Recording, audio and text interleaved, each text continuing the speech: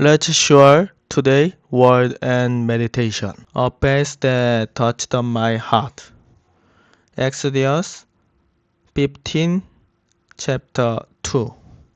The Lord is my strength and my song, and He has become my salvation. This is my God, and I will praise Him, my Father God, and I will exalt Him.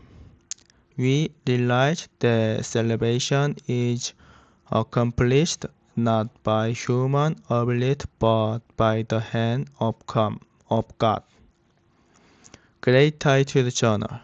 I give thanks to God for His grace, which enabled me to overcome this the blood of the Lamb.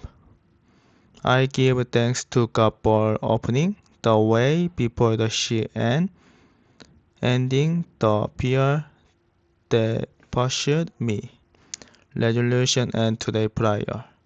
In the face of fear, rather than complain, I will first remember and praise God's salvation even when faced with a deed, and I trust that God's hand will part the sea, and may He bless me by allowing me to live out the price of salvation. In Jesus' name I pray. Amen. Please subscribe and like what verses of the Bible resonate with you today. Share them in the comment. Have a nice day.